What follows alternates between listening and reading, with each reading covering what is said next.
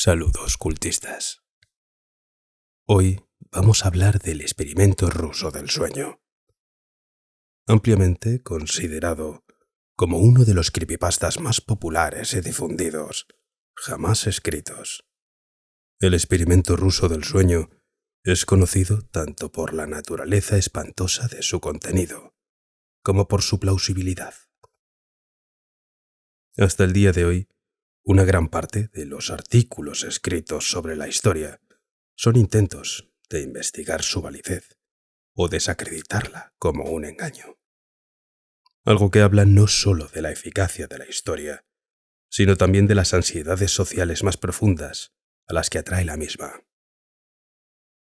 Para aquellos que no lo saben, el experimento ruso del sueño es un relato supuestamente fáctico de la experimentación realizada sobre temas por el gobierno y el ejército soviéticos después de la Segunda Guerra Mundial. El experimento, aparentemente destinado a explorar los efectos de la falta de sueño en el cuerpo humano, también se utilizó para probar un nuevo gas que podría mantener a las personas despiertas durante varios días seguidos. El reporte documenta la degeneración de aquellos con los que se experimentó, individuos comúnmente denominados dentro de la comunidad creepypasta como los sujetos de prueba. Los horribles resultados de estos experimentos y las enloquecidas criaturas casi infrahumanas o demoníacas que produce a menudo se ilustran junto con la historia, siendo una imagen en particular representativa de todo el mito, la cual estás viendo en este momento. Espero que te guste la historia.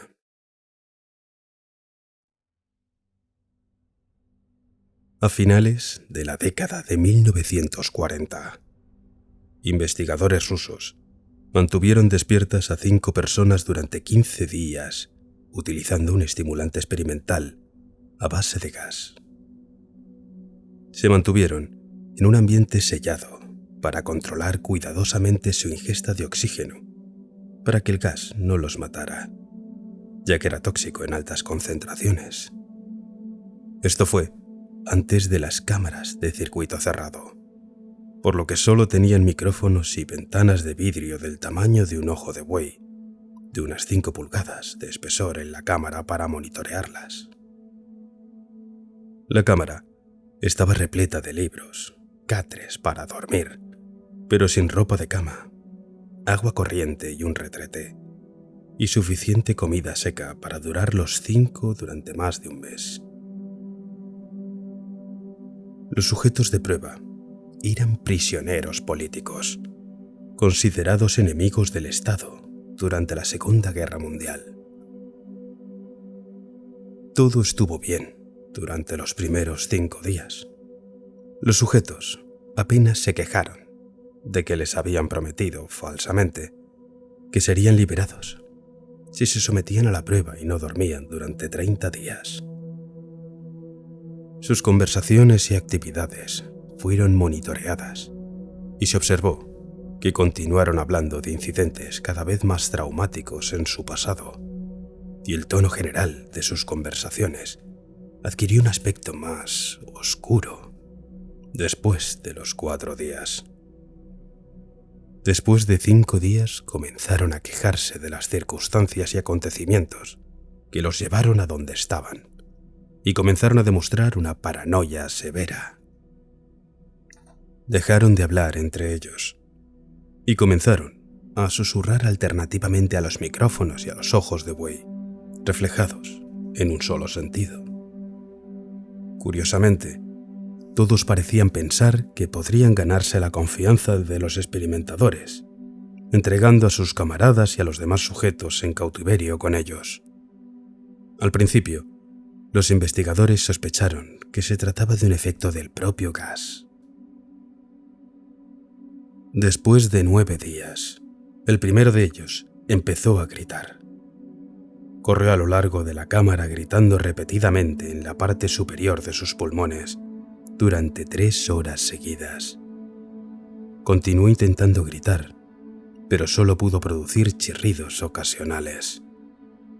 Los investigadores postularon que se había desgarrado físicamente las cuerdas vocales.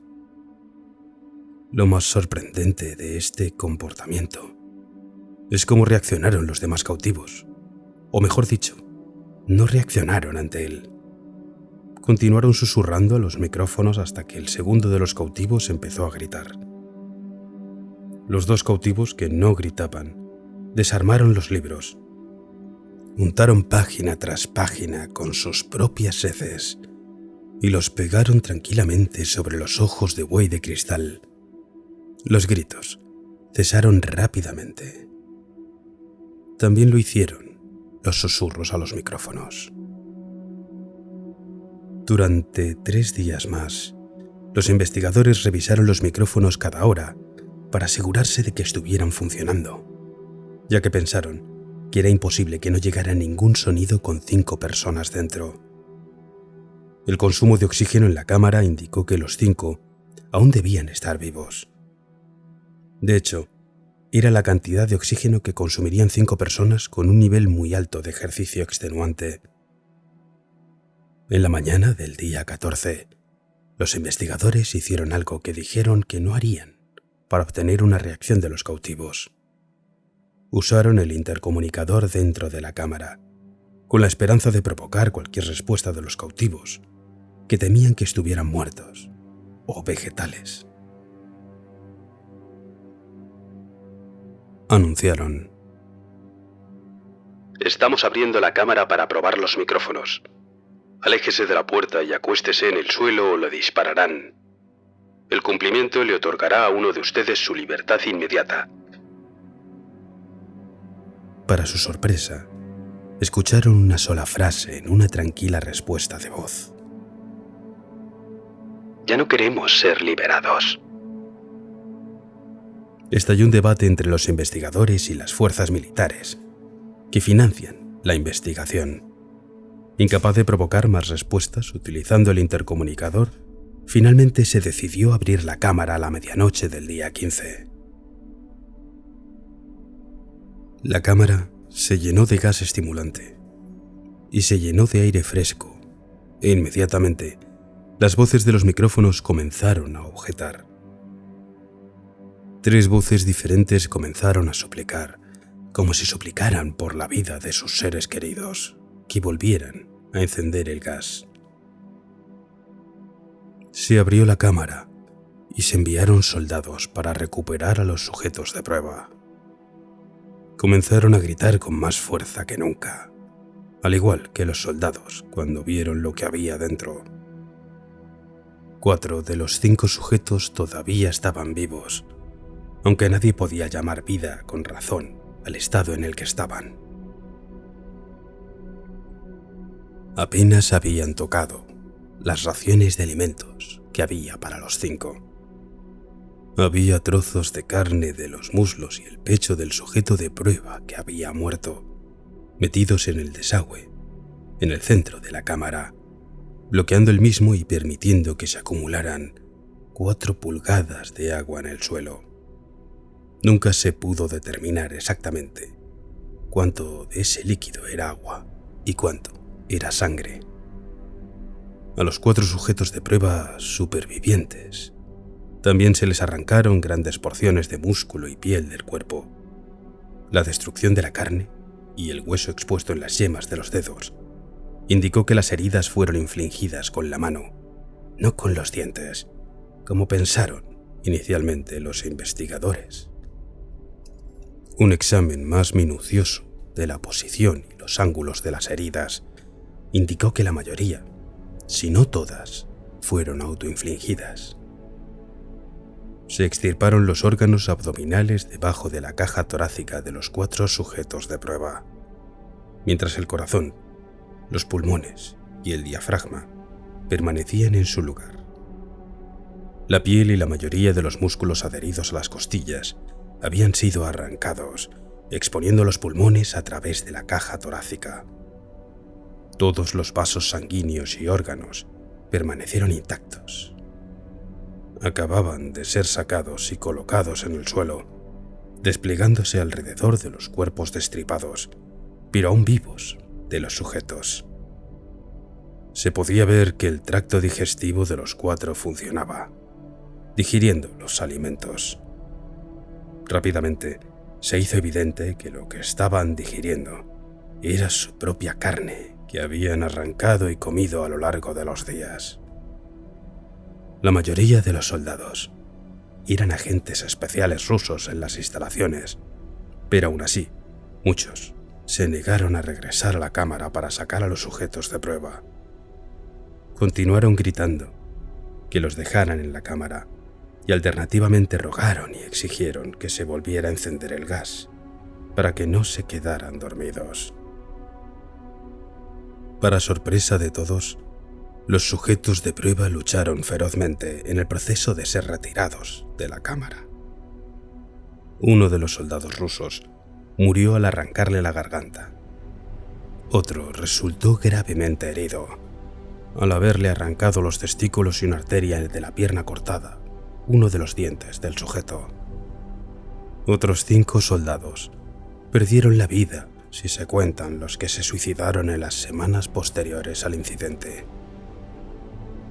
En la lucha, a uno de los 4 sujetos vivos le rompieron el brazo y se desangró casi de inmediato. Los investigadores médicos intentaron sedarlo, pero resultó imposible. Le inyectaron más de 10 veces la dosis humana de un derivado de morfina, y aún así luchó como un animal acorralado, rompiéndose las costillas y el brazo de un médico. Cuando se vio que el corazón latía durante 2 minutos completos, después de haber sangrado hasta el punto de que había más aire en su sistema vascular que sangre, incluso después de que se detuvo por completo, continuó gritando y agitando durante otros 3 minutos, luchando por atacar a cualquiera que estuviera a su alcance, y simplemente repitiendo la palabra más, una y otra vez, cada vez más débil, hasta que finalmente guardó silencio. Los 3 sujetos de prueba supervivientes fueron fuertemente inmovilizados y trasladados a un centro médico. Los 2 con cuerdas vocales intactas, rogando continuamente por el gas, exigiendo que se les mantuviera despiertos. El más herido de los 3 fue trasladado al único quirófano que tenía el centro. En el proceso de preparación del sujeto para que sus órganos volvieran a colocarse dentro de su cuerpo, se descubrió que era efectivamente inmune al sedante que le habían dado para prepararlo para la misma cirugía. Luchó furiosamente contra sus ataduras cuando sacaron el gas anestésico para someterlo. Se las arregló para abrir la mayor parte del camino a través de una correa de cuero de 4 pulgadas de ancho en una de sus muñecas. A pesar de que el peso de un soldado de 200 libras también sostenía esa misma muñeca. Solo se necesitó un poco más de anestésico de lo normal para someterlo, y en el instante en que sus párpados revolotearon y se cerraron, su corazón se detuvo. En la autopsia del sujeto de prueba, que murió en la mesa de operaciones, se encontró que su sangre tenía el triple de nivel normal de oxígeno. Sus músculos, que todavía estaban adheridos a su esqueleto, estaban muy desgarrados y se había roto 9 huesos en su lucha por no ser sometido. La mayoría de ellos se debían a la fuerza que sus propios músculos habían ejercido sobre ellos. El segundo superviviente había sido el primero del grupo de 5 en empezar a gritar. Con sus cuerdas vocales destruidas, no pudo suplicar ni oponerse a la cirugía y solo reaccionó sacudiendo violentamente la cabeza con desaprobación cuando el gas anestésico se acercó a él. Sacudió la cabeza, sí, cuando alguien sugirió de mala gana que intentaran la cirugía sin anestesia, y no reaccionó durante todo el procedimiento de 6 horas de reemplazar sus órganos abdominales e intentar cubrirlos con lo que quedaba de su piel. El cirujano que presidió afirmó repetidamente que debería ser médicamente posible que el paciente siguiera vivo. Una enfermera aterrorizada que asistía a la cirugía afirmó que había visto la boca del paciente enroscarse en una sonrisa varias veces cada vez que sus ojos se encontraban con los de ella. Cuando terminó la cirugía, el sujeto miró al cirujano y comenzó a hacer sibilancias fuertes, intentando hablar mientras luchaba. Suponiendo que esto debía ser algo de drástica importancia, el cirujano hizo buscar un bolígrafo y una almohadilla para que el paciente pudiera escribir su mensaje. Este mismo fue simple: sigue cortando. Los otros 2 sujetos de prueba fueron sometidos a la misma cirugía, ambos también sin anestesia, aunque hubo que inyectarles un paralítico durante la operación para que no se movieran. Al cirujano le resultó imposible realizar la operación mientras los pacientes se reían continuamente. Una vez paralizados, los sujetos solo pudieron seguir a los investigadores asistentes con los ojos. Los paralíticos limpiaron su sistema en un periodo de tiempo anormalmente corto y pronto intentaron escapar de sus ataduras. En el momento en que pudieron hablar, volvieron a pedir el gas estimulante.